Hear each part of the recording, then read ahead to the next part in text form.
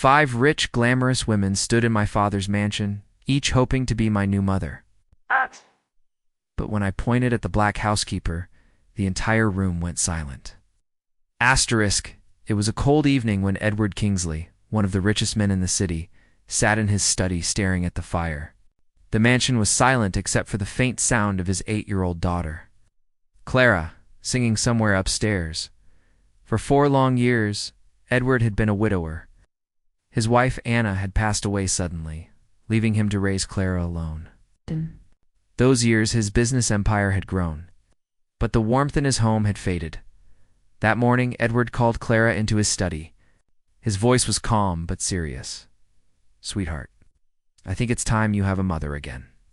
But this time, I want you to choose who she will be." Clara's eyes widened. "Me. Choose." "Yes," Edward said. "Tomorrow, I will invite 5 women here. You'll spend some time with each one, and at the end of the day, you'll tell me who you want." She didn't know why he was giving her such a big choice, but she nodded slowly. The next day, the grand hallway filled with the scent of perfume and the sound of expensive heels on marble floors. The first woman, Mrs. Grant, was tall and graceful. She handed Clara a porcelain doll and said, "Every little girl should have something precious like this." The second, Miss Veronica, led Clara to the garden, speaking of yachts, sunny beaches, and travels around the world.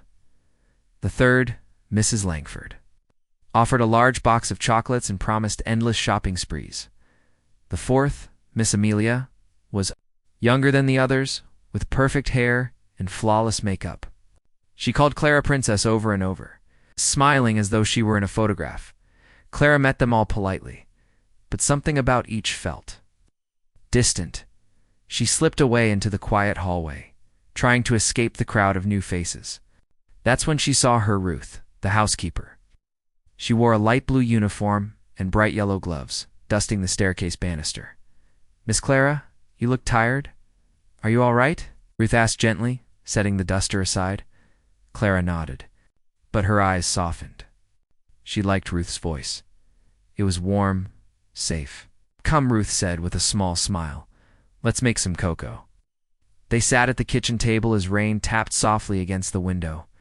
Clara talked, and Ruth listened.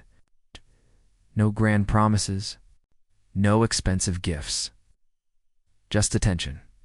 When Clara accidentally spilled cocoa on her dress, Ruth laughed and handed her a napkin. "It's just a dress, sweetheart. You're what matters." Evening came, and Edward gathered everyone in the study. The women stood in a neat line, expecting the little girl to make her choice. Edward's eyes found Clara's. "So, who will it be, my dear?" Clara walked slowly down the line. Past Mrs. Grant, past Miss Veronica, past Mrs. Langford, past Miss Amelia. Then she stopped in front of Ruth. "I choose her," Clara said firmly. There was a pause. One of the women let out a surprised laugh. "Darling, she's the maid." Clara replied, "She listens to me. She cares about me. That's what a mother should do." Edward's face softened. He looked at Ruth. "Are you willing to take that place in her life?" Ruth's voice shook. "Sir, I never thought." "Neither did I," Edward said quietly. "But maybe this is exactly what we needed." Weeks passed. The mansion felt alive again. Ruth didn't try to replace Anna, but she became the heart of the home. Laughter echoed through the halls. The air was filled with the smell of warm meals, the sound of stories read aloud, small joys money could never buy. Edward found himself watching them together, Ruth braiding Clara's hair, Clara showing Ruth her drawings, and he realized something important. All his wealth couldn't choose the right person. Love had done that. One evening, Edward stood in his study, looking out at the rain. Ruth entered quietly, placing a blanket around his shoulders. "You'll catch a chill," she said softly. He took her hand. "You've given us more than I could." "Ever repay, Ruth?" she smiled. "We've given each other a family, Edward." The fire crackled. The rain fell. And for the first time in years, the house felt like home again.